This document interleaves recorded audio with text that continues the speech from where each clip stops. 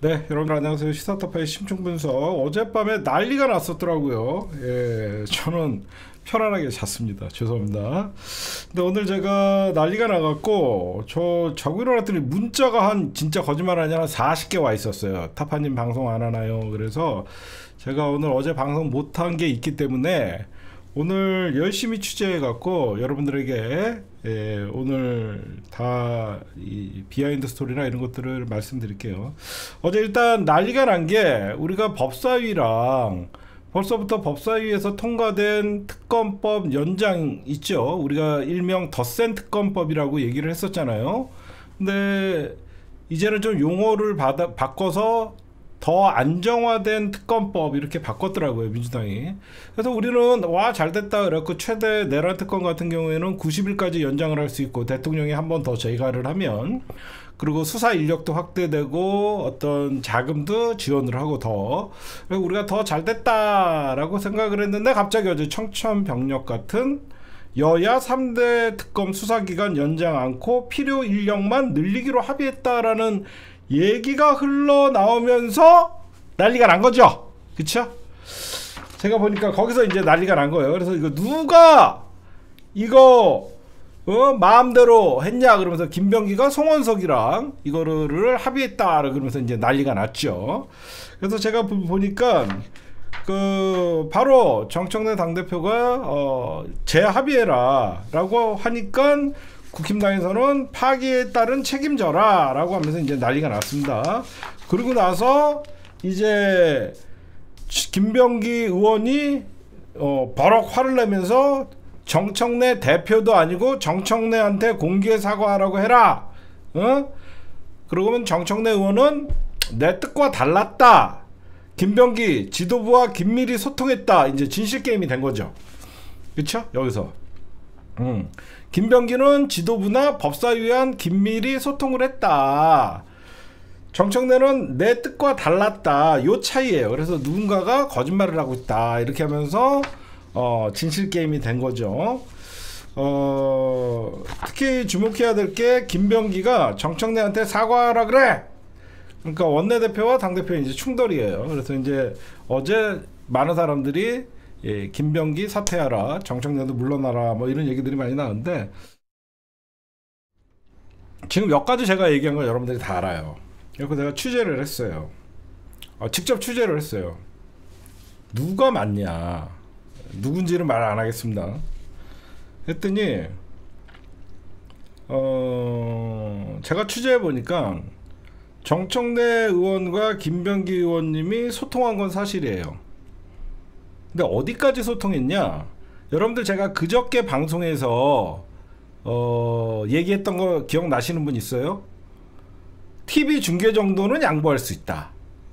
제가 얘기했죠. 혹시 그저께 방송에서 대통령, 그러니까 저기 누구죠? 장동혁이랑 이재명 대통령이랑 정청래랑 셋이 만나고 난 뒤에 TV 중계 정도는 양보할 수 있다. 그 다음에 뭐였죠? 특검 수사가 종료되면 그걸 원래는 국가수사본부에서 수사하려고 그랬는데 이게 또 위헌적 논란이 있으니까 이거는 뭐 나중에 중수청에서 수사할 수도 있다. 그래갖고 3개 정도는 양보할 수 있다. 이 정도는 제가 얘기를 한 적이 있어요. 근데 제가 정확히 얘기할게요.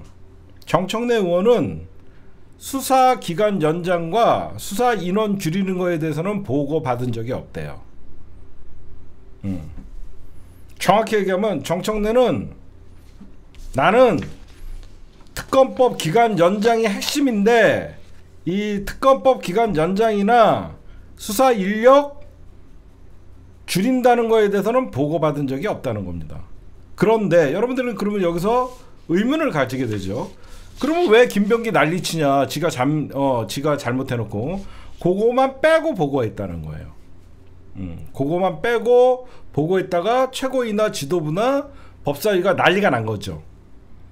그럼 왜 이런 현상이 벌어지냐? 이거는 오랫동안 이제 제가 또 민주당 전문가 아닙니까? 오랫동안 민주당에 쌓여있던 갈등이에요. 뭐냐? 여러분들 아무리 화가 나도 김병기 원내대표가 당대표한테 정청래 사과해라 이런 말을 하면 안 되죠. 이게 뭐냐? 김병기는 민주당의 줄이었습니다. 제가 여러분들에게 말씀드릴게요. 김병기는 여태까지 문재인 정부 때도 줄이었고요. 이재명 정부에서도 나름 필요한 사람이고 줄이었어요. 근데 정청래는 늘 아웃사이더였어요. 그러니까 정청래 의원님과 솔직하게 얘기할게요. 인사도 안 하는 사이예요. 원내대표와 당대표가 인사도 안 하는 사이예요. 심지어 김병기가 나이도 많고 뭐 그러다 보니까 진짜로 인사도 안 하는 사이예요. 눈도 마주치지 않아요. 근데 정청래 의원님이 둘이 서먹하고 사이가 안 좋으니까 원내대표한테 보고를 할 때도 솔직히 정청래 의원을 되게 무시합니다. 대충 이거 이렇게 하겠습니다 뭐 이런 식으로. 그러니까 정청래 의원도 자기랑 불편하니까 뭐 알아서 잘 하십시오 이렇게 된 거죠. 그쵸? 정청래 의원도 불편하니까 잘 알아서 하십시오 이렇게 됐는데 김병기가 오바를 한 거죠. 그럼 이게 어떻게 된 거냐? 이 사안은요, 김병기 의원님이 독단으로 특검 기간의 연장이나 인원을 줄이고 정부 조직법을 송원석과 합의할 수 있는 그런 단순한 게 아니에요.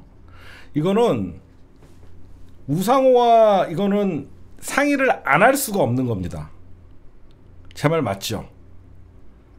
이거는 김병기가 아무리 독단으로 했다 그래도 이거는 대통령실의 정무수석인 우상호와 얘기를 안 할 수가 없는 거예요. 중요한 사안이기 때문에. 이거는 이미 예고됐었어요. 얼마 전에 여러분들 알다시피 검찰개혁 입법 후에 대통령실이 주도하겠다라고 할 때 정청래 의원님이 당도 참여시켜달라고 하니까 우상호 의원이 누구 뜻인지 아냐라고 하는 중앙일보에 갈라치기 기사가 나왔었죠. 그러면 여러분들 알다시피 우상호와 정청래의 충돌이에요. 어떻게 보면. 그러면 김병기는 정청래를 패싱을 하더라도 그냥 우상호와 얘기가 됐기 때문에 합의를 해버린 거죠. 이제 좀 이해가 가시죠? 당대표에게 제대로 중요한 사안을 보고하지 않고 원내대표가 송원석 원내대표와 만나갖고 저렇게 쉽게 결정을 내릴 수 있는 거는 정청래는 제껴놓더라도 대통령실의 정무수석인 우상호와 얘기가 됐다라고 하는 자신감이 있는 거죠. 응? 그러니까 여러분들 오늘 이상한 거죠. 뭐가 이상해? 대통령이 오늘 기자회견 중에 이례적으로 그거와 그거는 바꿀 수 있는 게 아니다. 응? 딱 선을 걷잖아. 대통령이. 나는 몰랐던 사실이다 라고 한 거 뭐죠? 정청래 의원님에게 힘을 실어준 거죠. 우상호 정무수석이 알아서 한 거 같은데 말은 안 했지. 오늘 여러분들 잘 봐요. 이재명 대통령이 내란 특검 이거에 대해서 다 내가 뒤에 있다라고 하는데 나는 몰랐다. 이건 뭐죠? 나 몰랐으면 그 다음에 이 일을 모든 걸 알아서 누구 한 거야? 정무수석이 한 거야. 대통령은 내 뜻이 아니다라고 분명히 얘기한 거야. 이제 이해가 가시죠? 제 말이 맞잖아. 이례적으로 대통령이 검찰개혁 이 검찰특검 연장법에 대해서 사람들이 지금 나를 비판하고 있는데 나는 몰랐던 사실이다. 그러면 김병기가 단독으로 할 리는 없고 누구랑 얘기했다는 거야? 정무수석 우상호랑 얘기했다는 거야. 그러면 우상호 이재명 대통령의 의중은 뭐죠? 자기 나한테 보고받은 거 없다. 내 뜻 이거 아니다. 어떻게 보면 과잉 충성한 거야. 내가 여야 대표 만나갖고 협치하라, 손잡고 좀 하라. 그거를 오바를 해갖고 협치할 게 따로 있는 것이지. 어? 이거를 왜 협치하냐? 응? 딱 얘기하니까 이건 누가 봐도 여러분들 우상호가 생각나야 되는 거죠. 진짜 말씀드릴까? 정청래 의원님 많이 응원해주세요. 제가 잘 알잖아요. 늘 정청래는 아웃사이드였어요. 되게 불쌍한 사람이에요. 친노에서도 아웃사이드였고요. 친문에서도 아웃사이드였고요. 친명에서도 아웃사이드고요. 늘 당원만 보고 간다라고 하면서 이 자리까지 올라왔는데 정청래가 마음에 안 드는 거죠. 응? 여러분들 지난 거 한번 보세요. 2016년에 정청래 컷오프 될 때 누구 하나 나서 갖고 정청래 컷오프 하면 안 된다 그러면서 손발 거두면서 정청래 응원한 사람들 있어요? 없어요. 응?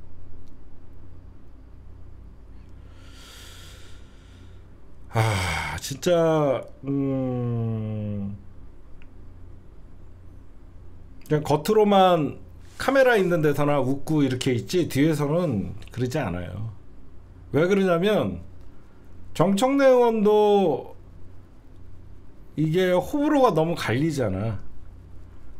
정청래 의원도 호불호가 갈리다 보니까 당원들 마음을 당연히 내란 척결 이거에 대해서 핵심이라는 걸 알고 있기 때문에 이거에 대해서는 당연히 말도 안 되니까 재협상 지시를 했더니 김병기는 야 이거지. 야 내가 너한테 네가 알아서 하라며. 내가 너한테 일일이 보고해. 이게 뭐가 잘못되어 있냐면 이게 우리나라 정치권이 잘못되어 있는 거예요. 당대표가 어떻게 보면 당을 대표하는 사람인데 또 원내의 어떤 야당과의 협상권은 또 원내대표가 갖고 있어요. 그쵸? 이게 참 잘못된 거예요. 당 대표는 당의 모든 책임을 지는 사람인데 또 국힘당과의 협상이라는 건 원내대표가 갖고 있는 거예요. 저는 이런 것들이 잘못됐다고 생각해요. 그래서 여러분들이 보시면 오늘 제가 이거는 솔직하게 얘기할게. 난 세 분이랑 다 친해. 우상호도 잘 알고 여러분들은 우상호 수박이라고 얘기하지만 저는 되게 존경하는 오래된 저는 민주화 운동하신 분들 다 존경해요. 저랑 오래된 10여 년의 동지고 정청래 의원도 10여 년이 넘은 동지고 김병기 의원님을 제일 늦게 알았죠. 2016년 이후에 알았으니까. 너무 안타까워요. 너무 안타까워요. 뭐가 안타깝냐면 이거는 어디까지나 보면 우상호 정무수석의 과잉충성이에요. 제가 보면 우상호의 과잉충성, 김병기의 정청래 패싱 이게 진실인 것 같아요. 그러다 보니까 김병기 의원님이 사과하라고 요구하는 거는 원내대표인 나한테 정권을 주고 알아서 하라고 했는데 이제 와서 재협상을 하라 그러냐? 정청래 의원님은 설마 이거를 특검법 기간 연장을 안 하고 인원을 줄인다는 이 협상을 할지는 몰랐다 이거죠. 제 말 이해 가세요? 정청래 의원님이 원내대표니까 알아서 하십시오 이렇게 했겠죠.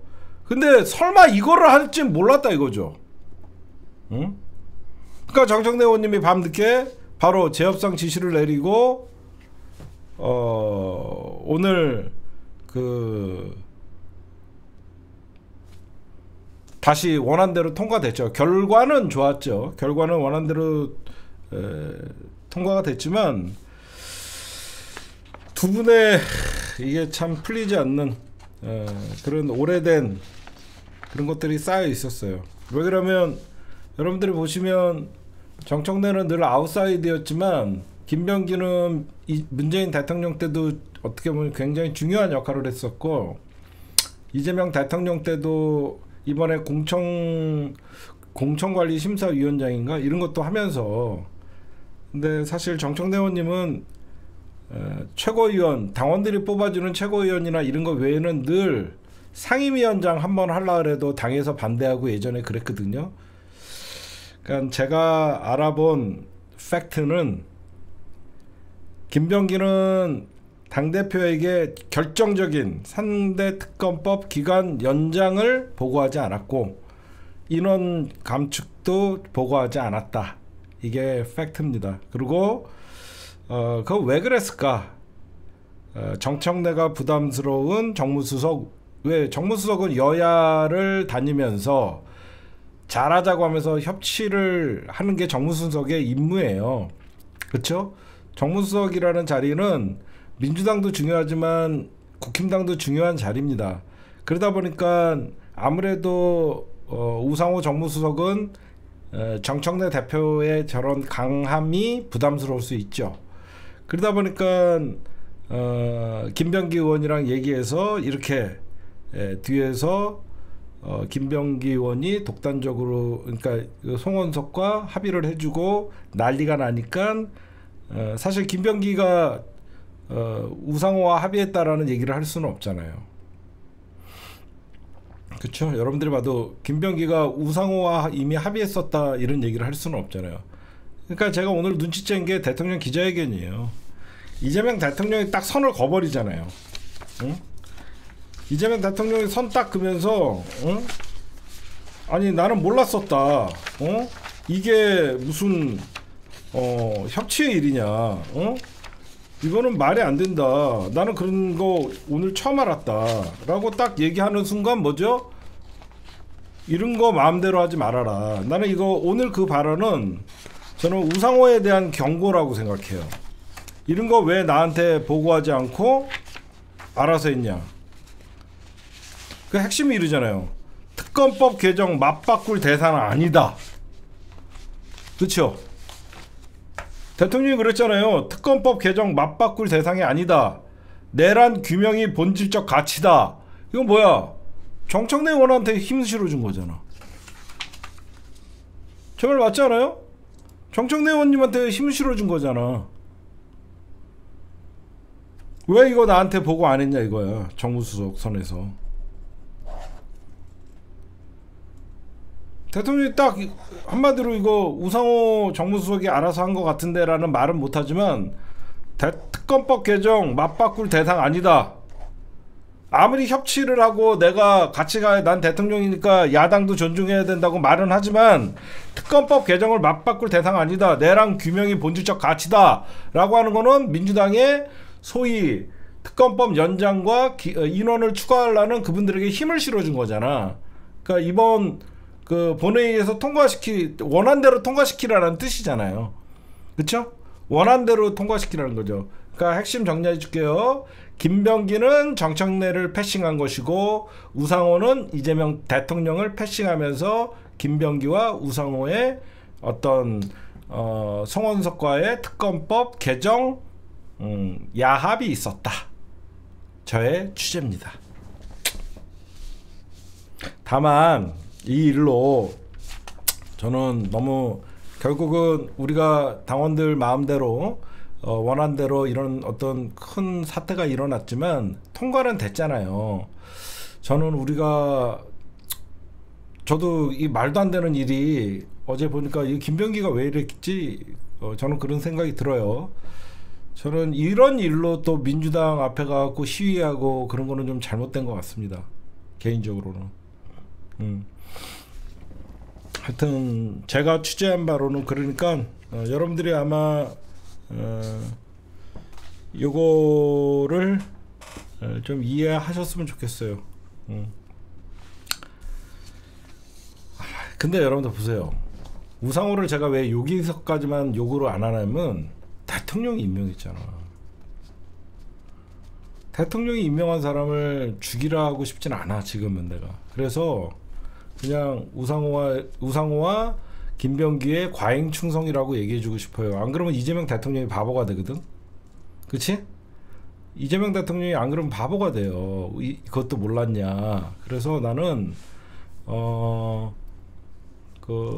이번에는 김병기와 우상호가 협치를 주문한 이재명 대통령의 뜻을 왜곡해서 특검법 개정도 정부조직법 개정과 맞바꾸려는 이런 오버했다라고 저는 그렇게 좀 말씀을 좀 드리고 싶습니다, 여러분들. 저는 그렇게 말씀드리고 싶어요.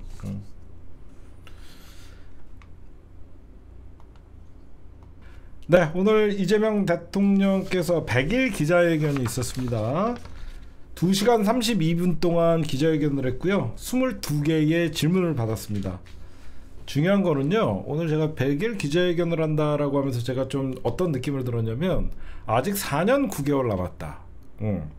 100일 뭐 한 100일 지났다라고 얘기하니까 와 4년 9개월이나 아직 남았다라는 생각이 들었어요. 그래서 1시간 연장을 하셨다. 원래는 1시간 반 정도 하려고 그랬는데 내가 오늘 이재명 대통령의 기자회견을 보면서 느낀 게 뭐냐면 참 소통하는 거 좋아하시는구나. 참 할 말이 많으셨구나. 그런 생각을 좀 했어요. 좀 그런 생각을 해갖고 오늘 제가 핵심만 좀 뽑아드리면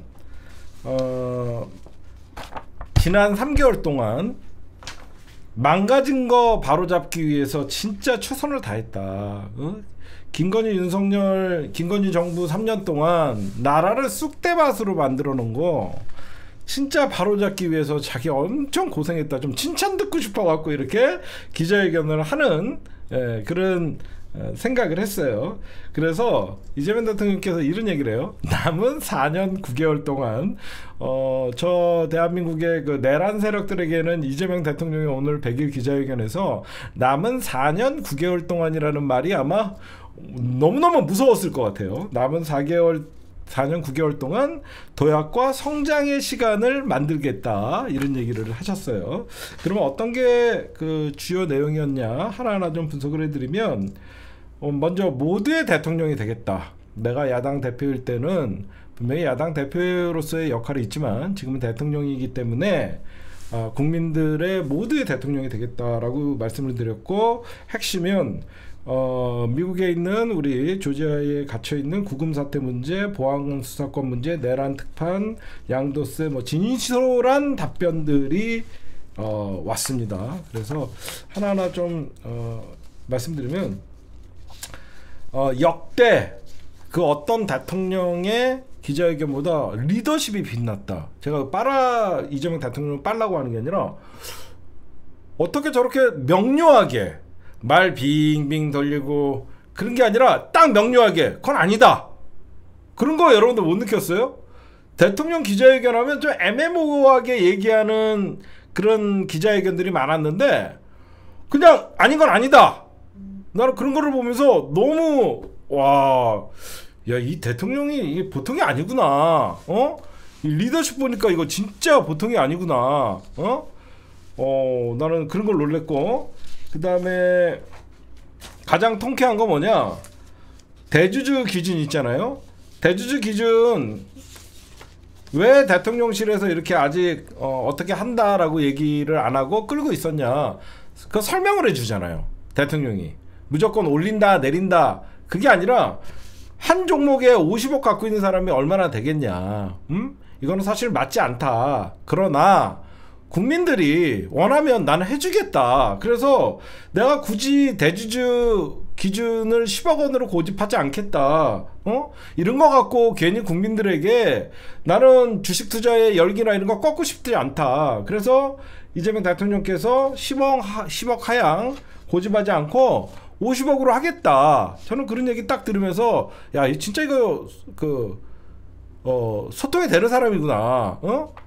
그런 얘기를 했고, 그 다음에 이재명 대통령은 물러서지 않더라고. 국가 부채는 불가피하다. 그러니까 여기저기서 이제 그 국채 발행에 대해서 비판을 하니까 국가 부채는 불가피하다. 칡뿌리 캐먹고 맹물 마시면서 일하냐? 한마디로 산업을 돌릴 만한 돈이라도 있어야지 뭐 경제를 일으킬 거 아니냐라고 하면서 딴 사람들 같으면 국가 부채는 걱정이 되는 사안이다 막 이렇게 얘기하지만 아니다. 지금은 그러니까 국가가 빚을 질 때다라고 하는 저는 너무 그 말이 와닿았어요. 맨날 다른 윤석열이나 이런 인간들은 늘 뭐 재정 경제성 이렇게 재정 건전성 얘기하면서 늘 뭐죠? 복지나 어떤 그 양적화나 이런 걸 안 하잖아요. 그럼 뭐야? 국민들 빚지라고 하는 거잖아요. 저는 이재명 대통령이 국가 부채는 불가피하다는 거는요, 빚을 져도 국가가 지겠다는 거예요. 빚을 져도 국가가 지겠다. 이런 얘기를 한 거다라고 말씀드리고, 그 다음에 진짜 당당한 모습은 관세 협상에 대해서 자꾸 기레기들이 물어보고 그러니까 그 어떤 이면 합의도 없다. 국익 반환은 결정 없다. 그래서 오래 가고 있다. 그쵸. 그 어떤 것도 국익 반환은 결정 없다. 어떤 이면 합의도 안 한다. 난 이런 거 당당하게 말하는 게 너무 멋있었어요. 그 다음에 구금 한국인 왜 자꾸 늦게 출발하고 잘 안 되고 있냐라는 질문에 아니다. 오후 3시에 출발하는데 다만 늦는 이유는 절대 우리는 수갑차고 이송하는 건 안 된다고 얘기하고 막판까지 그게 협상을 벌이고 있기 때문에 그렇다. 그쵸? 이런 거. 그 다음에 북한 문제에 대해서도 진짜 어떤 속 시원하게 말씀했어요. 아무리 북한이 안 웃는다고 우리도 같이 화내는 표정을 지으면 우리가 손해다. 우리는 평화가 경제다. 갑자기 내가 왔다고 정권이 바뀌었다 그래갖고 우리가 화해 제스처를 하면 그동안 북한이 계속 속았다고 생각하는데 북한이 방아로 같이 웃어주면 그게 바보지. 그렇게 될 거라고 믿는 게 바보 아니냐. 북한이 반응 안 해준다고 우리도 같이 화내면 안 된다. 지금 통일 얘기하면 바보 소리 들을 것이다. 그 전 단계로 일단 평화를 구축해야 된다.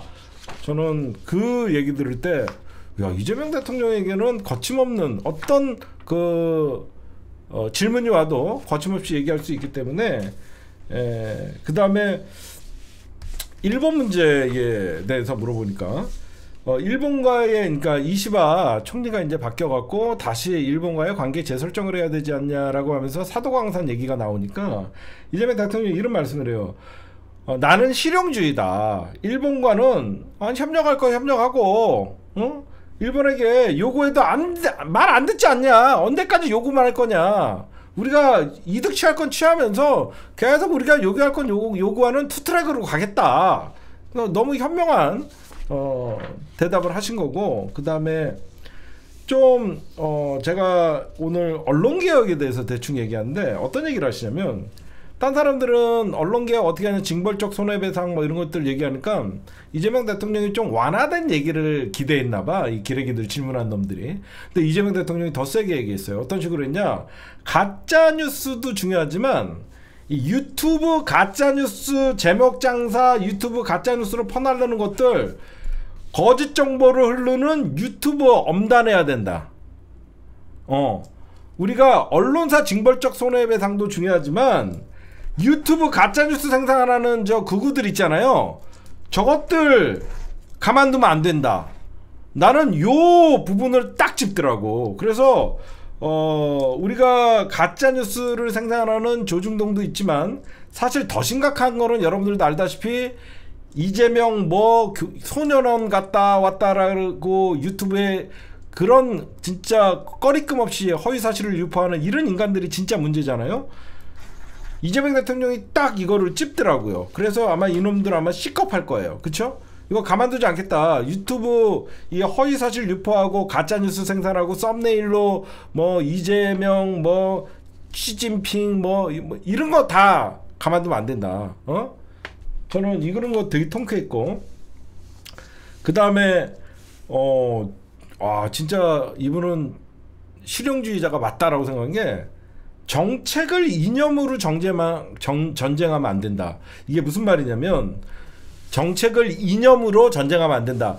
예를 들어서 원자력을 짓겠다라고 하면 보수, 원자력을 폐기하겠다라고 하면 진보. 우리나라가 언제부턴가 정책적 사안을 원자력을 짓겠다라고 하면 윤석열이나 극우들, 보수들, 원자력 폐기하고 신재생 에너지로 갈아탔다라고 하면 진보. 왜 정책을 이념 전쟁을 하냐. 그러니까 이재명 대통령이 이러잖아. 기존에 있던 원전 있으면 쓰면 되는 것이고, 앞으로 원전은 그러면 뭐 안 짓겠습니까? 혼났잖아. 원전 짓는데 15년 걸리는데, 그 원전 지을 시간에 뭐 풍력이나 태양열 하면 2, 3년이면 짓는 거 같고 빨리 돌려야지. 무슨 원전 짓겠다 안 짓겠다를 지금 얘기하냐. 원전 짓는데 15년 걸리는데 그 15년 동안 어떻게 할 거냐. 그러니까 질문하는 새끼 입도 못 다물잖아요. 그러니까 지금부터 무슨 원전을 짓냐. 기존에 있던 원전 안전성이 보장되면 더 쓰는 거고, 더 이상 자기는 추가 생산 안 하겠다. 그 안에 2년 3년 빨리 지어갖고 활용할 수 있는 신재생에너지나 이런 태양광 뭐 풍력 이런 거 하겠다.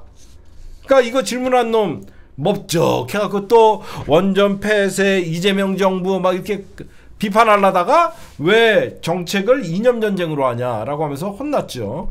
이것도 굉장히 통쾌했던 거고, 그다음에 기자들한테 막 나 요번에 감동받았다. 한미 정상회담 갔다 오는데 이번에 그 비행기에 열 몇 시간 타고 갔던 기자들에게 너무 고마웠다. 이유가 뭔가 했더니 이번에 도란프가 우리나라의 관세 협상 때문에 이재명 대통령이 날아가고 사실상 진짜 자존심 다 버리고 했잖아요. 그랬더니 딴 때 같으면 뭐 나쁜 기사도 나오고 그래야 되는데 언론들이 이번에는 국익을 위해서 하나가 돼서 같이 그 기사를 쓰고 미국을 비판하는 기사도 써주고 그러니까 감동을 받았다. 그런 얘기를 해주시면서 언론들에게 좀 힘을 실어줬고, 그 다음에 이거 나 감동받은 것도 있잖아. 이재명 대통령이 여러분들 뭐 누구죠? 변호사잖아. 내란 특별재판부가 뭐가 위헌이냐? 와, 씨, 뭐야, 밀어붙이라는 거야. 대박이지? 나 이 얘기할 때 소름 돋았어. 여기저기서 내란 특별재판부가 위헌 요소가 있다라고 하는데 내란 특별재판부가 무슨 위헌이냐? 이거 누구 들으라고 하냐면 박희승 들으라고 한 거야.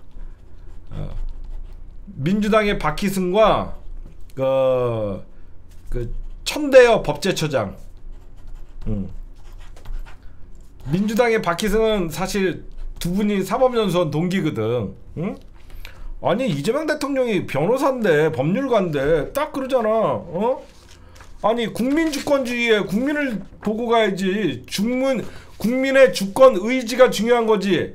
내란 특별재판부가 위헌이냐 뭐냐, 그게 뭐가 위헌이냐. 그러니까 나도 법률가로서 전혀 이런 얘기를 하잖아요. 사법부의 구조는 사법부가 마음대로 정하는 게 아니다. 위헌 논란이 있는 내란 특별재판부에 대해 어떻게 생각하냐는 질문의 답변이었어요. 사법부는 입법부가 설정한 구조 속에서 헌법과 양심에 따라서 판단하는 것이다. 그쵸? 사법부는 국회에서 어떻게 구조를 정해주냐에 따라서 그냥 헌법과 양심에 따라서 판단하면 되는 거지. 특별재판부가 위헌이냐니 그건 니네가 따질 일이 아니야. 딱 선을 그어줬죠. 오늘 여러분들 이재명 대통령님 말씀 한마디에 오늘 주식시장 불기둥이었죠. 주식 양도세 대주주 기준 50억 유지 의향 있다. 불기둥. 이게 제가 옛날에 여러분들 예고했던 거 기억나십니까? 어떤 분이 왜 이 문제, 참 문자도 많이 왔었어요. 왜 대통령실이 왜 자꾸 이거 주식 양도세, 이거 주식하는 사람들 난리인데 왜 대통령이 뜸들이냐 막 저한테 질문을 했었어요. 그때 제가 이런 말씀 드렸죠. 여러분들 민주당도 정하지 못하고 질질 끌고 대통령실도 이렇게 정하지 못할 때 나중에 이재명 대통령이 하겠다 딱 한 다음에 정해지면 그게 리더십이다. 그거 기억나세요? 제가 그랬잖아요. 이렇게 민주당에서도 결정을 못 내리고 대통령실에서도 이렇게 얘기 못 나오는데 대통령이 하겠다 라고 딱 하면 그게 대통령의 리더십이 된다. 오늘 딱 그 타이밍 잡은 거잖아. 100일 기자회견 때 이 질문이 나올 거 뻔히 알았잖아. 그러니까 유죄한 의향 있다 라고 하니까 오늘 불기둥 섰잖아. 그럼 어때? 지금은 집권 초기라서 이재명 대통령의 맷집이 좋을 시기예요. 대통령의 맷집이 좋을 시기이기 때문에 그 전에 어떤 잔매들은 맞아줘도 아프지도 않아요. 근데 오늘 같은 이런 말 한마디 딱 하면 내일 이번 주 보세요. 대통령 100일 기자회견 끝나고 나면 지지율이 최하 3%는 올라갑니다. 오늘 여러분들 왜 기자회견이 중요하냐면 굉장히 중요한 결정들을 해줬어요. 그쵸? 제가 이런 말씀 드렸잖아요. 대통령의 리더십이 빛나는 기자회견을 했던 게 저는 뭐 국정 철학을 얘기하는 게 아니었어. 내란 특별재판부 위원 요소 없다. 주식 양도세 50억 유지하겠다. 특검 연장은 거래의 대상이 아니다. 결정을 내줬다니까 오늘. 자세히 들어보니까 그러죠. 오늘 그냥 단순한 기자회견이 아니라 지금 정치권에서 혼란스럽거나 국민들이 궁금해하는 것들을 이렇게 하겠다 딱딱 결정을 내려준 거야 대통령이. 그러니까 사람들은 보면서 시간 가는 줄 모르는 거야. 그 다음에 또 어떤 대답이 나올까. 명쾌하게 딱딱 정리를 해준 거예요. 다만 조금 불안한 게 하나 있어요. 검찰개혁을 얘기하는데 구더기 싫다고 장독 없애냐, 감정 배제해야 된다. 이거는 보안수사권에 대해서 이거 어떻게 할지 좀 걱정돼요. 이거 보안수사권 문제거든요. 이재명 대통령은 보안수사권이 있어야 된다는 뜻이에요. 이게 어떻게 제지하냐는 정부가 결정하겠다는 거예요. 그쵸? 이게 검찰개혁에 구더기 싫다고 장독대 없애냐는 말은 검찰이 싫다 그래갖고 보안수사권도 안 주면 되겠냐 이 말이 사실 이면에 내재돼 있거든요. 이게 다 이유가 있겠지. 다 이유가 있겠지. 나는 이렇게 봐요. 저는 이재명 대통령은 누구보다도 검찰의 피해자이기 때문에 일단은 1차적으로 9월 25일 날 검찰을 이제 검찰청을 없애버리고 그 다음에 이제 보안수사권이라는 마지막 쟤네들이 희망을 걸고 있는 거를 대통령이 여기서 짓밟아 버리는 게 아니라 니들끼리 싸워라. 니들끼리 끊임없이 토론하고 해라. 저는 일종의 일단 검찰청 폐지, 목표 달성, 보안수사권에 대해서는 어떻게 견제하고 통제할 것인지 니들끼리 얘기하다가 안 되면 또 결정해 주겠다. 그런 게 아닌가? 그렇지 않아요? 일단은 니들끼리 감정 배제하고 있어야 된다는 사람, 없어야 된다는 사람 니들 모여갖고 한번 토론해봐라. 그렇게 딱 하면 국민들이 오죽하면 니들 보안수사권도 안 주려고 하겠냐. 없어. 이렇게 하지 않을까. 왜냐면 이재명 대통령은 검찰의 누구보다도 피해자이기 때문에 본인이 대통령 되셨다라고 해갖고 검찰을 가만두지 않습니다. 끊임없이 보안수사권 두고, 그러니까 섬세하게 하라 그랬잖아 옛날에. 검찰개혁이나 다른 어떤 사법개혁, 언론개혁 섬세하게 하라 그랬잖아요. 무조건 보안수사권 없앤다고 하는 게 없앤다고만 하지 말고 보안수사권이 없을 때 방안은 무엇이냐, 경찰을 어떻게 통제할 것이고 그거를 앞으로 검찰개혁 이후에 정부 주도로 만들어 보겠다. 저는 그렇게 이해를 했어요. 저는 그렇게 이해했어요. 그러니까 여러분들이나 나나 보안수사권 주면 안 되거든요 사실. 근데 이재명 대통령은 일단은 한번 무조건 그러잖아. 일단 얘기해봐라.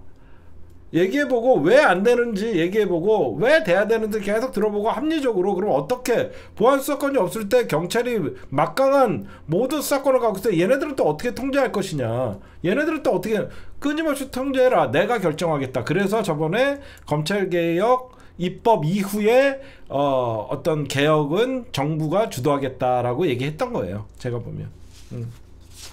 제 말 맞죠? 검찰개혁 9월 25일 날 검찰청 폐지라는 입법 이후에는 디테일하게 여당의 그 그러니까 민주당 안에서 보안수사권 유지해야 된다는 사람이 있어요. 보안수사권 폐지해야 된다가 대세지만 끊임없이 얘기해라. 그러면 정부가 결정하겠다는 거예요. 입법사항이었던 검찰청 폐지는 민주당이 주도권을 갖고 나머지 정부 조직법이나 나머지 디테일한 거는 대통령실이 하겠다는 겁니다. 그거 대통령이 말씀하신 거예요. 그러니까 약간 어떻게 보면 검찰에 희망을 여운을 주면서 이제 이재명 대통령의 사건들이 조작으로 드러나면 니들 줄 필요가 없네 이 씨빵대들. 이러니까 검찰 보안 수사권도 주지 말라는 거 아니야. 폐지 이러면 좋겠어요.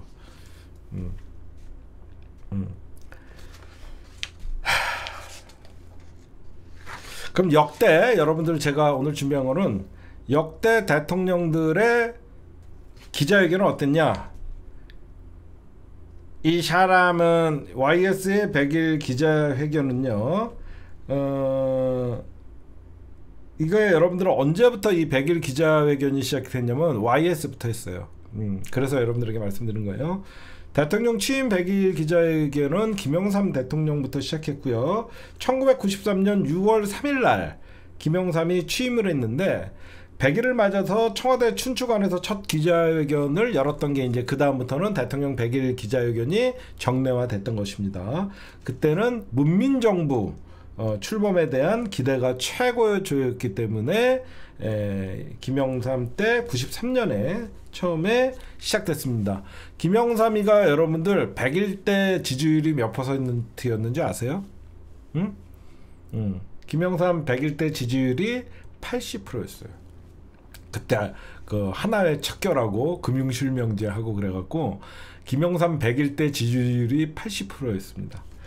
그래서 그때 김영삼이는 뭐라 그러냐. 개혁은 국민이 밑으로부터 받아줘야 성공할 수 있으며 자율적인 국민의 참여와 창의가 뒤따라야 한다라고 말하면서 국민 개혁을 하는데 국민들 동참을 호소했고요. 그 다음에 공동체 의식, 희망 그리고 자신의 자신감을 강조한 메시지가 문민정부의 출발을 알리는 선언같이 됐었습니다. 그때 1993년 100일 처음 기자회견은요. 방송 KBS, MBC, SBS가 중계를 했고요. 시청률이 25.5%에 달하는 주목을 받았었습니다. 그 다음에 우리 김대중 대통령은 국민과의 대화, 위기 속 리더십이라는 주제였습니다. IMF였죠.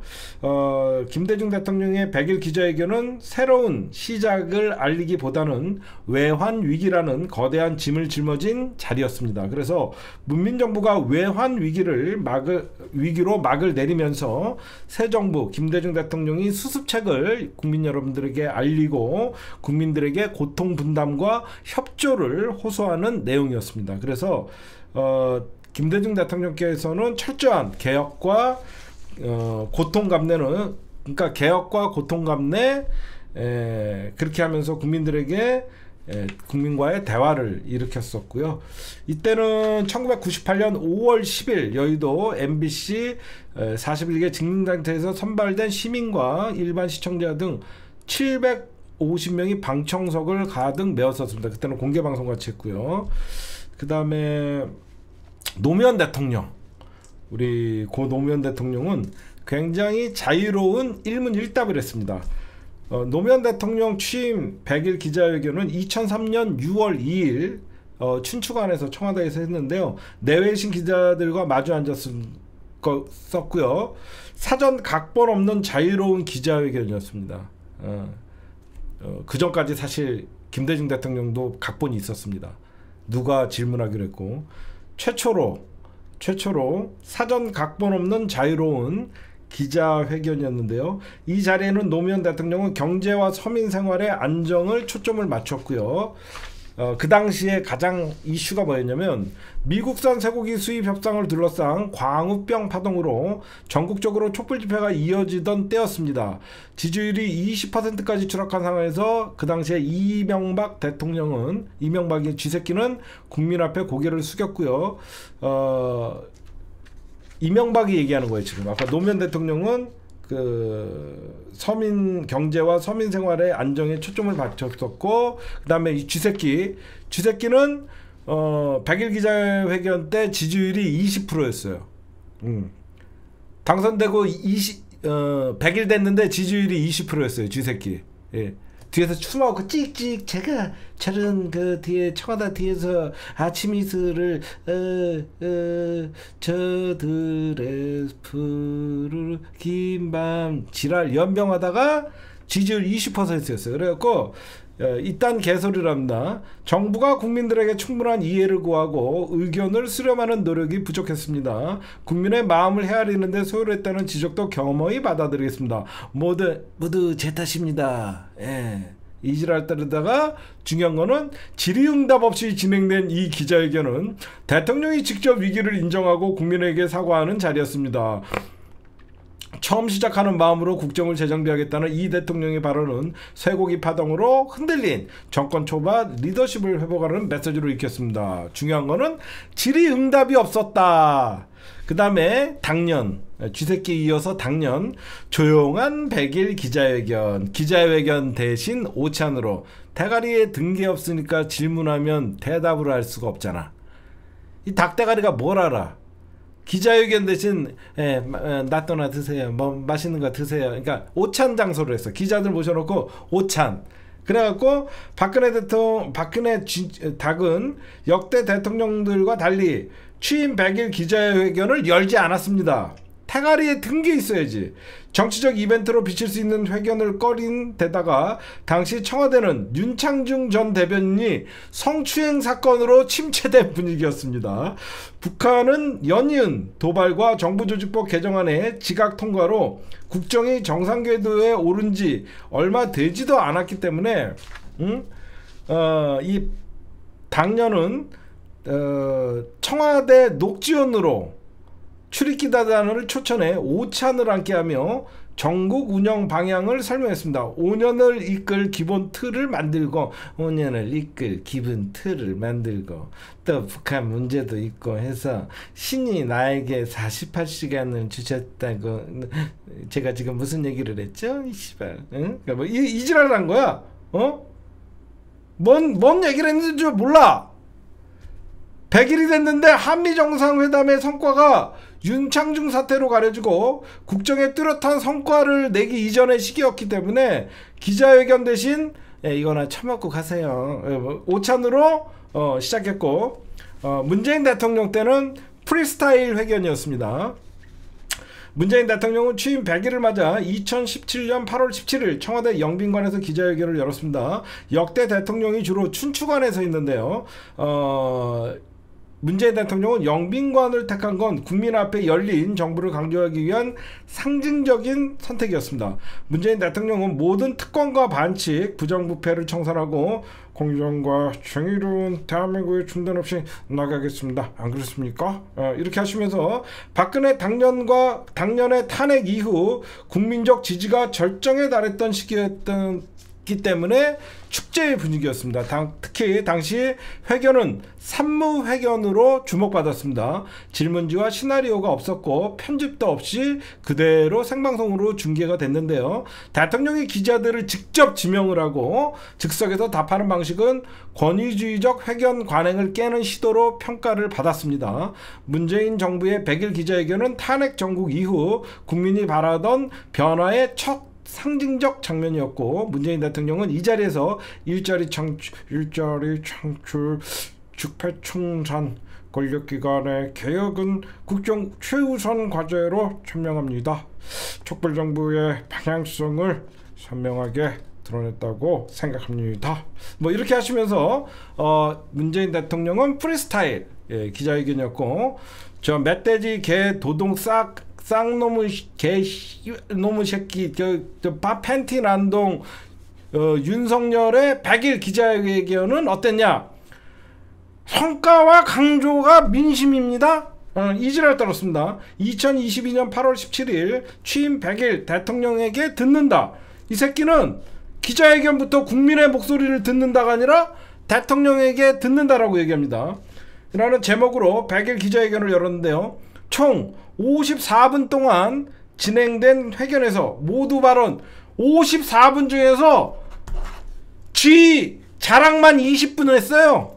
54분, 그러니까 1시간도 안 되는 기자회견에서 지 모두 발언만 20분 쳐하고 경제와 외교 분야에는 국정 성과를 지 혼자 강조하고 탈원전 정책 폐기, 원전 산업 재가동, 반도체 육성과 규제 혁신, 한미 정상회담 등의 대외 활동만 그냥 키워드만 얘기해요.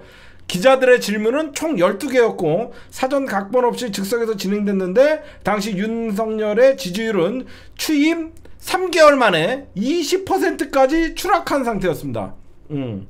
취임 100일째 지지율 20%, 여론의 냉랭한 시선에 회견장에도 묻어났습니다. 윤석열이는 낮은 지지율에 대한 질문에 어떤 기자가 굉장히 지지율이 취임 100일인데 20%에 머물고 있는데 지지율에 대해서 어떻게 생각하십니까? 라고 했더니 지지율 자체보다는 민심을 경험히 받아들이는 것이 중요하다고 생각합니다. 저희가 앞으로 그 국민의 관점에서 꼼꼼히 따져보도록 하겠습니다. 이런 개소리하고 선수는 전광판을 보지 않습니다라는 개소리를 했던 기자회견이었습니다. 그러면 오늘 이재명 대통령의 어떻게 보면 100일 기자회견, 회복에서 도약으로 라는 제목이었습니다. 이재명 대통령도 문재인 대통령과 같이 청와대 영빈관에서 두 번째 공식 벌써 이재명 대통령은 100일 이전에 기자회견을 한 번 했었죠. 그래서 이번에 두 번째 기자회견을 벌써 했습니다. 100일째. 그래서 30일째 한 번 하셨고요. 이번에 100일째 30일 회견에 이어 두 번째 기자회견을 하고 소통 의지를 강조하신 거고요. 100일째 오늘 기자회견은 미래를 위한 성장이 주제였습니다. 그래서 오늘 제가 준비한 이재명 대통령의 100일 취임 기자회견은 역대급 리더십이 돋보였고 대통령이라는 결정을 하는 자리다. 그 결정이 국민들을 위한 결정이냐 아니면 대한민국 기득권을 위한 결정이냐는 확연하게 우리가 보여주는 자리였다. 적어도 이재명 대통령은 국민들을 위한 결정을 하는 분이다. 나름 저의 평가였습니다. 네, 여러분들 우리가 되게 걱정했었죠. 우리 조지아에 갇혀있던 우리 노동자분들이 호송버스가 아닌 일반 버스로, 호송버스가 아닌 게 중요한 겁니다. 호송버스는 범죄자의 이미지가 있잖아요. 근데 우리나라 조현 외교부 장관이 그리고 우리나라 외교력으로 일반 버스로, 그것도 처음에는 수갑을 채운 채로 이것들이 공항까지 가면 범죄자 취급을 하는데 그게 협상을 하느라고 굉장히 늦어지고 결국은 수갑 없이, 그리고 죄수복이 아닌 평상복으로, 죄수복이 아닌 평상복으로 두 손을 흔들면서 드디어 버스를 타고 11일 현재 시간 오전 1시 30분 우리나라 이제로 오기 위해서 여러분들 그렇다고 하니까 여러분들 너무 걱정하지 마셔라라고 있고, 도란프가 한국이 원하는 대로 해줘라. 그래서 지금 출발을 해갖고 우리나라로 날라오고 있고요. 조현 외교부 장관이 루비오 장관을 만나갖고 범죄자가 아닌 만큼 수갑 차서는 안 된다라고 강력하게 주장해갖고 얘기했고, 도란프가 참 이상합니다. 지가 이 일을 저질러 놓고 계속 일하라. 이게 뭐야? 그래서 제가 이걸 이렇게 얘기하면 너무 뻔하지. 그래서 심층 분석을 했어요. 도란프는 왜 대한민국 노동자들을 구금했을까? 제가 심층 분석하면서 느낀 게 있어요. 뭐냐면 도란프가 그 어느 나라보다 동맹관계를 강하게 주장하는 대한민국의 노동자를 구금함으로써 다른 나라 이민자들의 불만을 억제시킬 수가 있죠. 그쵸? 봐라. 한국도 우리는 불법 이민의 여건이 맞지 않으면 구금시킨다 라고 하면 어떠죠? 그구들이 설치는 거는 하수들이 얘기하는 거고, 트럼프 입장에서는 반이민 정책을 펼치기 위해서는 대한민국 같은 동맹국가에도 비자가 없으면 우리는 구금시킨다. 그러니까 동맹도 아닌 다른 불법적으로 거기 아시아나 어디 유럽에서 넘어오는 사람들은 당연히 체포하는 거다. 선례를 남긴 거지. 그쵸? 봐라. 동맹국가 한미동맹 그 누구보다도 미국 군대가 가 있는 주둔하고 있는 나라의 어떤 그것도 선진국. 대한민국은 선진국이잖아. 그게 상징성이에요. 후진국만 우리는 못 산다고 불법 이민을 막는 게 아니다. 대한민국은 이제는 누가 봐도 세계 선진국으로 들어가는데 비자가 합당한 비자가 아니면 우리는 추방시킨다. 이게 가장 중요한 메시지예요. 그래서 어떻게 보면 우리나라를 이용해서 자기의 불법 이민 정책을 더 강화하고 단속하는데 어떤 정당화시키기 위한 쇼였다. 그렇죠? 제 분석이 맞죠, 여러분들. 그렇죠?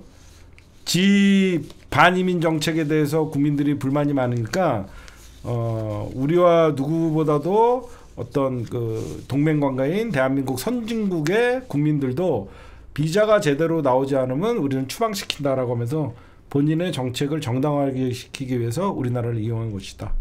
저는 그런 말씀을 좀 드리고, 그 다음에 여러분들에게 좋은 소식 하나 전해드릴게요. 우리 빵진숙이 드디어 방통위 폐지법 국회 과방위를 통과했습니다. 이거는 이제 본회의를 통과하면 어떻게 되죠? 사실상 면직 또는 해임. 한마디로 제 자리가 없어진 겁니까? 아닙니다. 제 자리가 없어진 겁니까? 이지랄 떨죠? 이제 자리가 없어요. 방통위원장이라는 자리가 없기 때문에 사실상 본회의장에서 민주당이 투표만 끝나면 땅땅땅 두드리면 진숙이는 가는 겁니다. 그래서 그러면 언제 진숙이가 자리가 없어지냐? 25일이죠. 25일 본회의 진숙이 자리 없어집니다. 맨날 무슨 나와갖고 눈에 힘만 주잖아. 맨날 이지랄 떨다가 이제 이 꼬라지도 안 봐도 된다. 25일이다. 그 다음에 이재명 대통령의 파격적인 인사입니다. 주중대사에 노태우 장남 노재현 씨를 내정했습니다. 이건 파격적입니다. 근데 저는 이분 용서했어요. 이 전대가리의 가족들과 다릅니다. 제가 이분의 진정성을 언제 봤냐면 단순히 국가행사에 나오는 게 아니라 장준하 선생님의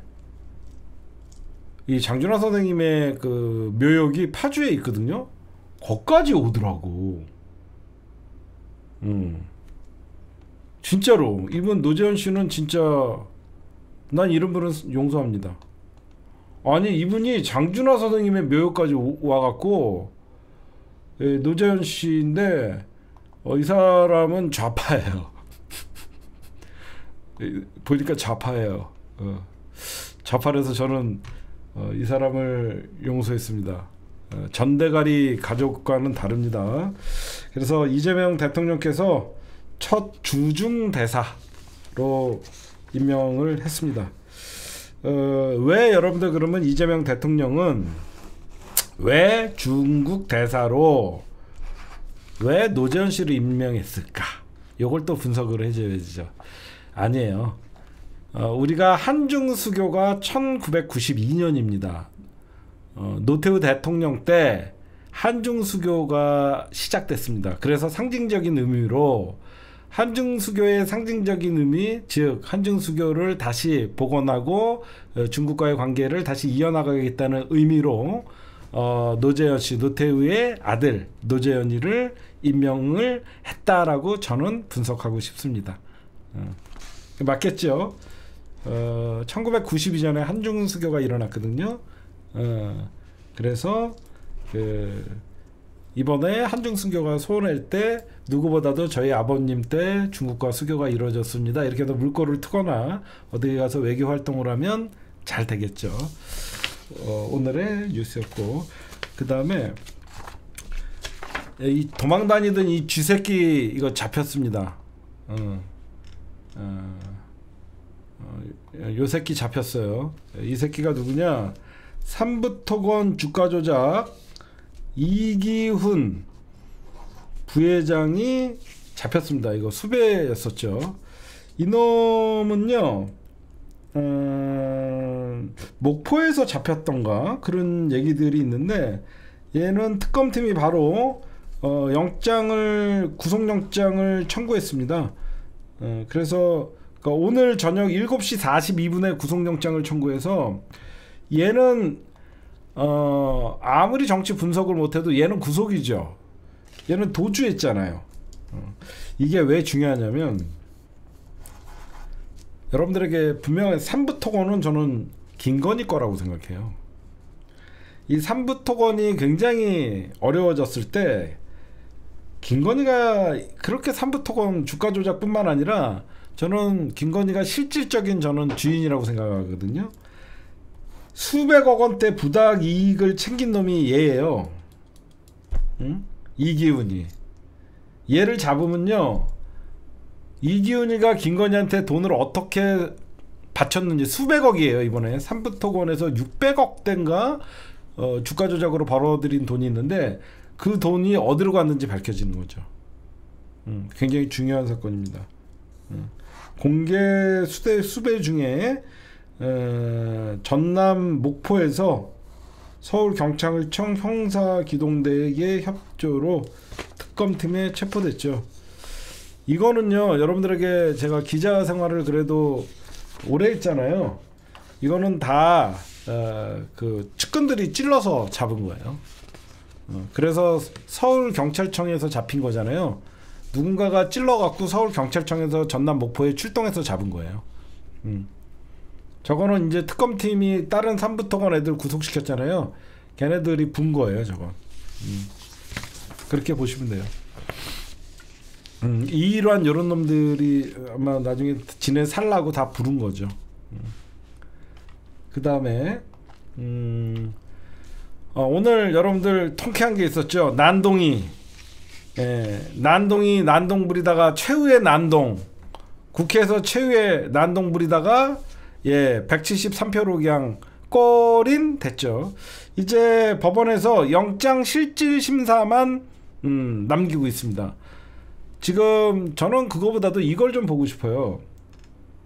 이 오른쪽에 이 건방 떨던 새끼 기억나시죠? 이재명 대통령 체포동의안 설명하면서 25분을 씨부립니다. 국회에서 사건만 설명하면 될 일을 지 혼자 판사 역할하고 검사 역할하고 쇼하던 새끼입니다. 25분 동안 떠들었는데, 정성호 법무부 장관은 사건 개요만 딱 1분 25초 얘기했습니다. 왜 구속영장 체포 동의안을 왜 올렸는지. 정성호 1분 25초. 저 한동훈이 25분간 떠들었던 새끼입니다. 그 다음에 저는 이게 되게 중요한 뉴스인데, 너무 큰 뉴스들이 많다 보니까 묻힌 게 있어요. 국민의힘에서 여러분들 지난 대선 때 대선 후보 교체 시도를 했죠. 김문수를 한덕수로. 전부 징계하지 않았습니다. 민주정당인가요? 내란정당 지네가 스스로 인증하는 거예요. 당원들이 선출한 김문수를 새벽에 한덕수로 교체하려고 그러던 이런 일들이 벌어졌는데, 면죄부를 주고, 민주정당 아니라는 걸 스스로가 얘기를 하는 거죠. 난동이 구속영장 실질심사는 이번 주나 되겠죠, 여러분들. 그리고 제가 다시 한번 강조하지만, 권선동이가 1억을 받아서 저는 그 구속됐다 이런 걸 다 떠나고, 정교 분리의 원칙이 다시 세워진다라고 생각해요. 이 기회에 늘 선거 때마다 통일교, 대형 교회 어떤 이 교인들이 이 종교가 계속 끊임없이 이 정교 분리의 원칙을 옮기고 선거에 계속 개입됐었잖아요. 이 기회로 단죄를 해야 돼요. 여러분들 왜 통일교는 잘 아시다시피 이렇게 국힘당한테 늘어붙었냐면, 문선명이 죽고 나서예요. 문선명이 죽고 나서 얘네들이 어떤 일이 발생을 했었냐면, 후계구도 원래 한학자가 저기 통일교회 총재를 맡는 게 아니라 7째 아들인가 이런 애들이 맡으려고 했는데 지네끼리 이제 싸움이 났어요. 싸움이 나면서 내부에서 이제 뿔뿔이 종파가 나뉘어지고 막 그 타락하기 시작한 거예요. 1954년에 제가 생겨났다라고 얘기했죠. 그래서 박정희 정권 때 반공, 얘네들은 그러니까 박정희는 반공을 외칠 때 저것들이 군사 정권에게 잘 보이려고 승공을 외칩니다. 승공. 박정희가 1961년에 권력을 잡잖아요. 쿠데타로. 그래서 얘네가 승공을 외친 거예요. 그러면서 얘네들이 딱 맞아 떨어져 갖고 하다가 얘네들이 최근 10년 사이에 통일교가 엄청난 위기가 왔었어요. 가장 먼저 위기가 2012년에 문선명이가 죽어요. 후계 자리를 놓고 엄청나게 싸움을 합니다.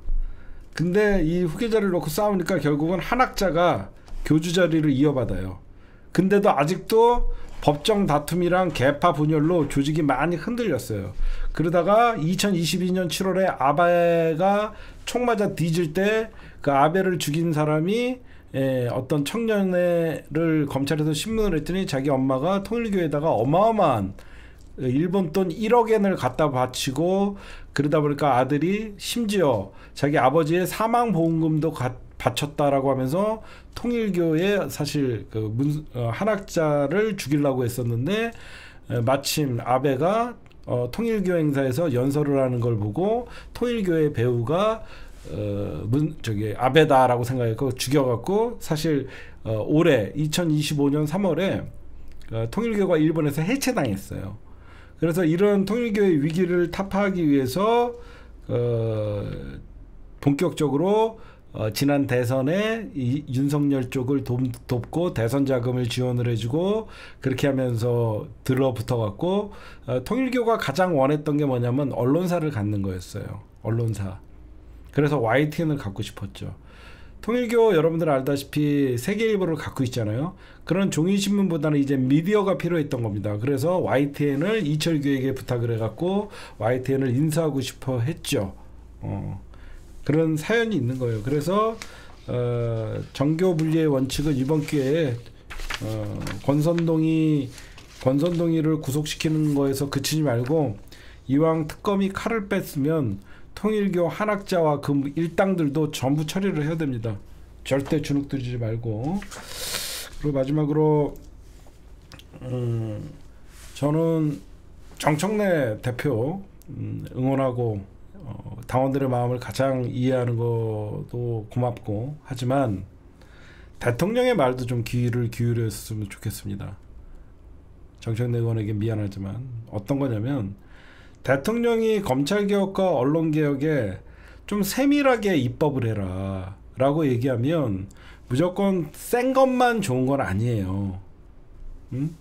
저는 이재명 대통령도 이제는 과거의 야당의 대표가 아니라 이왕 개혁하는 거 똑바로 해야 된다라고 해서 무조건 시민들의 말에 휘둘려서 그냥 무조건 밀어붙이는 식이 아니라 대통령의 말이 이유가 있을 거 아닙니까? 검찰개혁, 언론개혁 세밀하게 해라. 응? 그 말도 그냥 흘려듣지 말고 대통령이 수박이라서 이재명을 수박이라고 하는 사람은 없잖아요. 다 이유가 있으니까 대통령이 앞으로 검찰개혁을 입법하고 나면 나머지 세부 사안에 대해서는 정부 조직법이나 행정부가 나머지는 마무리를 해야 되기 때문에 입법이 부실하면 행정부에서 세밀하게 검찰개혁을 완수를 할 수가 없어요. 그렇죠? 저는 그래서 대통령이 검찰개혁과 언론개혁 세밀하게 좀 하라는 것도 저는 귀담아 들었으면 좋겠습니다. 그리고 마지막으로 우리 시청자 여러분들이나 우리 민주당을 응원하고 이재명 대통령을 응원하고 더욱더 우리가 큰 틀에서 보면 국힘당은 대한민국의 악의 축이고 정당 해산돼야 된다라고 여러분들은 저와 같은 생각을 갖고 있을 거라고 생각하는데 제가 요즘 드는 생각이 있어요. 뭐가 있냐면 한편으로는 이해하지만 우리 민주당 제 동지들이에요, 여러분들. 그렇죠? 다 동지들이에요. 너무 쉽게 흔들려요. 어떤 사안 하나에 대해서 너무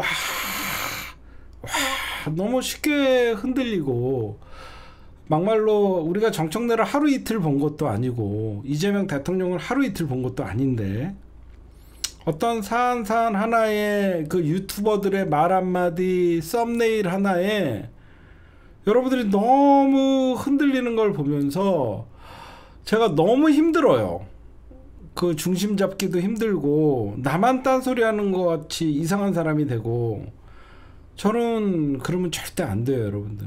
우리는 앞으로 지금이 가장 이재명 대통령이 힘이 세고 민주당이 가장 힘이 세고 그 어느 때보다 내란 특검이 활동을 하면서 그 여태까지 누려보지 못한 민주진보의 승리감을 보고 있거든요. 그렇잖아요. 민주진보에 우리가 승리감을 맛보는, 어떻게 보면 제가 이 일을 14년 동안 하면서 이런 행복한 시간이 있었나 싶어요. 3대 특검에서 내란 정당을 다 조져주고 권선동을 구속시켜주고, 대한민국 대통령은 정말 지지율이 막 올라가고, 민주당은 감히 국힘당이 상대할 수 없을 정도로 압도적인 입법권을 갖고 있고, 이렇게 좋은 조건과 좋은 환경과 이런 좋은 정치 상황인데도 조금만 뭐 하나 하면 너무 흔들려요. 김어준 죽여! 왜 그래야 되는데? 김어준을 보고, 저는 여러분들 맹신자가 아니에요. 김어준이 비판받을 부분이 있으면 비판받아야 되겠지만, 그렇다 그래서 김어준을 조중동과 같이, 국힘당과 같이 민주진보 사람들이 비판하고 김어준 죽여야 된다는 말은 동의할 수가 없습니다. 왜 그러냐면, 우리가 가장 노무현 대통령을 잃고 시름에 빠져 있을 때 나는 꼼수다를 들으면서 힘을 냈고, 그 이후에 정권을 뺏긴 거를 찾아올 수 있다는 희망을 가져오고, 김어준이 공과 가가 있다라고 해도 저는 적어도 김어준에게는 돌을 던질 수는 없다라고 생각해요. 정치를 희화화시켰고 누구나 쉽게끔 다가가, 정치는 관심 있는 사람들의 영역이다가 아니라 정치를 대중화시키는 데 앞장시켜줬고, 누구보다도 민주당과 당원들을 일깨워줬다라고 생각해요. 정말 정당의 주인은 당원이다. 당원들이 나서면 바꿀 수 있다. 사람은 완벽하진 못하죠. 그런데 너무 그에게 가는 화살이 너무 잔인해요. 지들이 김어준 응원했던 인간들, 지들이 김어준 따라하면서 김어준 누구보다도 응원하면서 민주당과 함께 정권 교체하려고 했던 사람들, 문재인 대통령 밉다고 하는 사람들, 이런 얘기를 좀 해주고 싶어요. 윤석열과 김건희가 워낙 악행을 했기 때문에 밉고, 어떻게 윤석열 배우가 문재인이라는 소리를 할 수가 있습니까? 그러면 이재명 대통령이 윤석열 배우를 늘 찾아갔다는 건, 저는 그런 거, 그러니까 저는 민주진보라고 하는 유튜버들에게 이런 말씀을 좀 드리고 싶어요. 증오를 이용해서 돈벌이를 하는 것은 그거와 다를 게 없다라고 얘기합니다. 그렇지 않아요? 결국은 진보 진영에 쌓여 있던 내재된 불만을 끄집어내 갖고 증오를 유발시켜 갖고, 그 증오를 통해서 돈벌이를 하는 거는 그거와 별반 다름이 없어요. 전 그러면 안 된다라고 생각해요. 응? 인정할 건 인정하고, 잘못한 거는 비판을 하고. 응? 김어준이 권위적입니까? 여러분들, 제가 권위적으로 하려고 개총수라고 했어요? 그냥 권위 없이 여러분들에게 편하게 부르라고, 야 개총수. 응?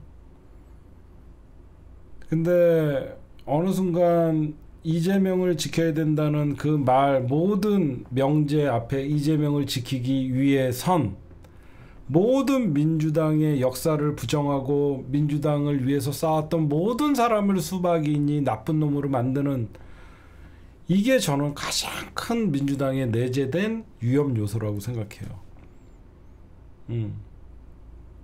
어떻게 모두가 지네 마음에, 그러니까 지네 99가지 중에서 마음에 들다가 한 가지만 마음에 안 들어도 저 사람 죽여.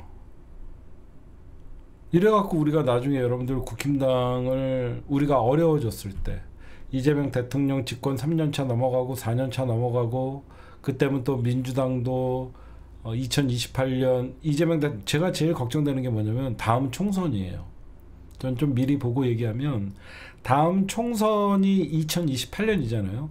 이재명 대통령 집권 4년 차예요. 아무래도 지금보다는 힘이 빠져 있을 때예요. 민주당도 지금보다는 더 많은 분열이 날 겁니다. 대통령의 집권 4년 차면 누군가는 대선 후보들이 이제 떠오르기 시작해요.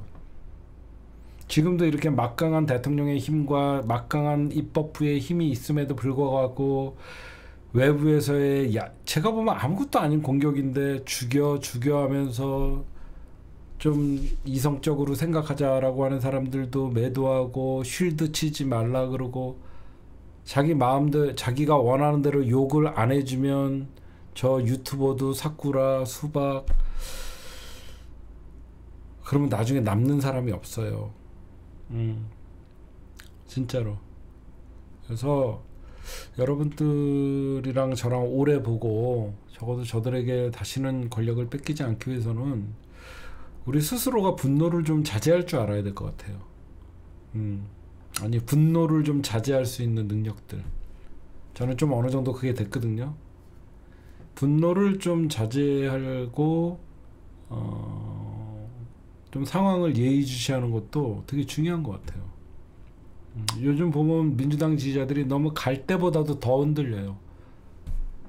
그렇게 믿던 사람인데 말 한마디 들으면 확 돌아서고, 와, 이게 이 바닥에 의리가 있나? 동지애가 있나? 할 정도로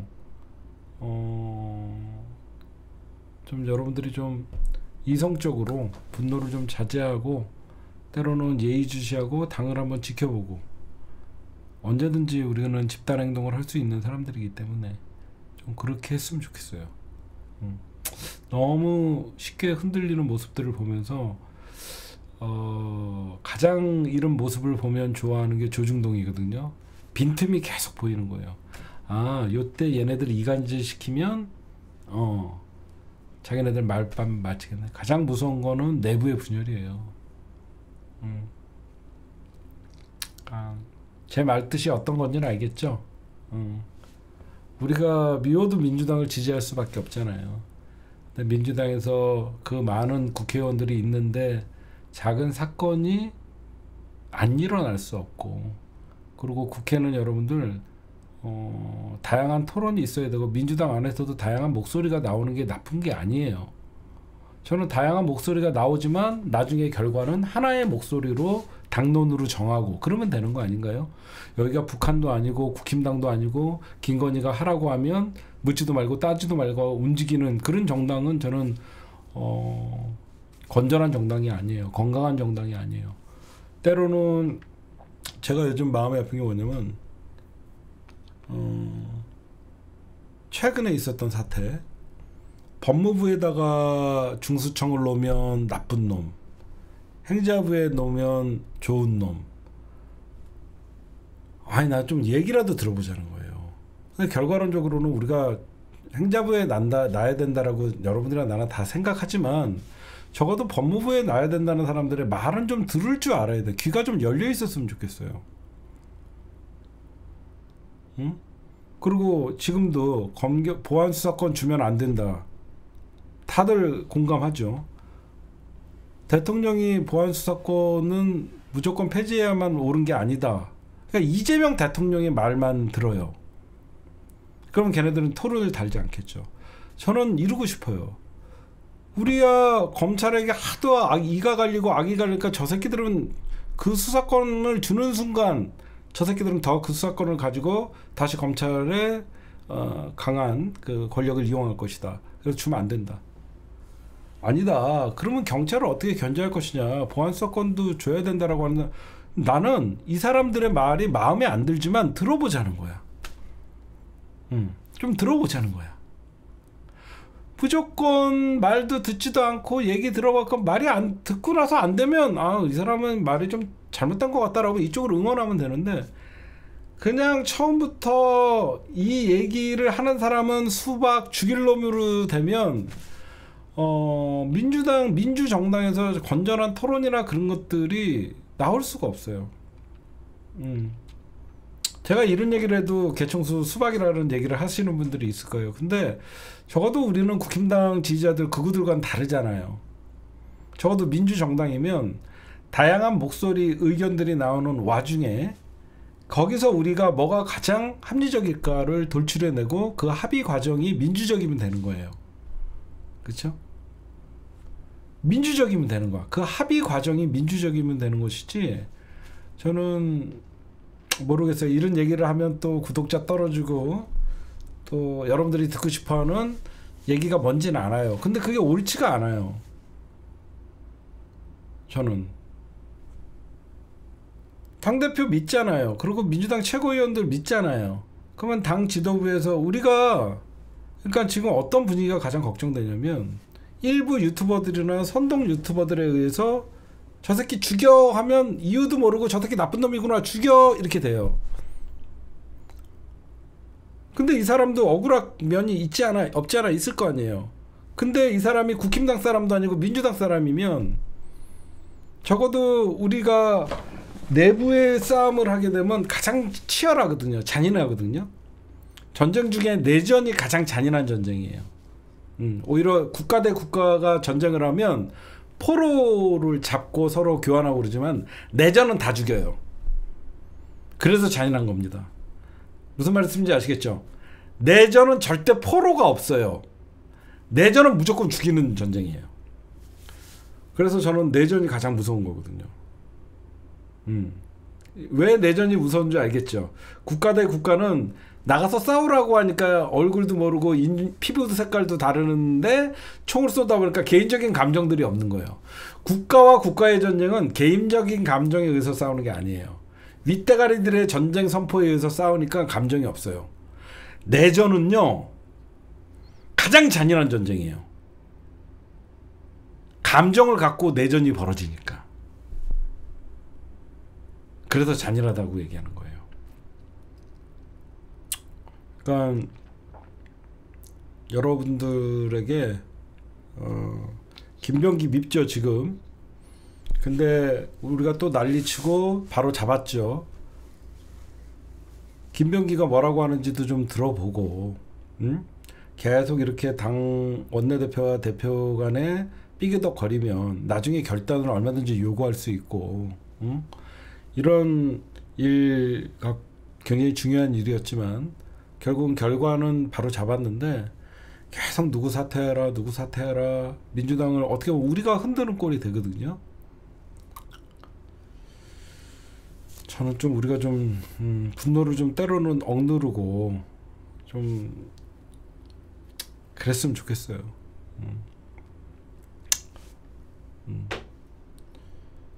저는 이 말에는 동의할 수 없어요. 이 말은 조중동이 만들어낸 말이에요. 진보가 분열로 망하고 보수는 부패로 망한다는 거는 저는 동의할 수 없어요.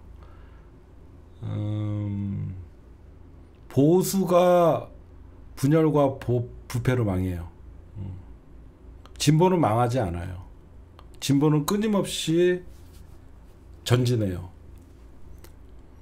보수가 분열과 부패로 망해요. 지금 누가 분열되어 있는지 잘 보세요.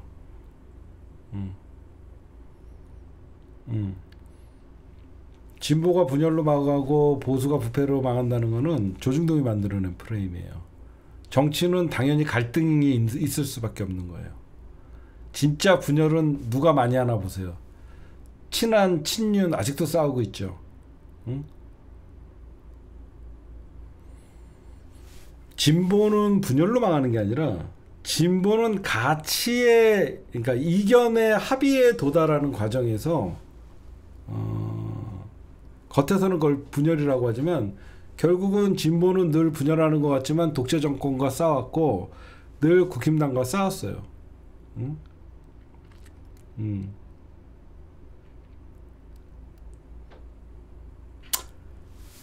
제가 하고 싶은 얘기는 여기까지입니다. 조금 너무 흔들리는 지지자들이 안 됐으면 좋겠어요. 좀 줏대 있는 지지자들. 기사 하나에 막 이렇게 휘청되지 않는 좀 중심을 잡는 우리 지지자들이 좀 많아졌으면 좋겠어요.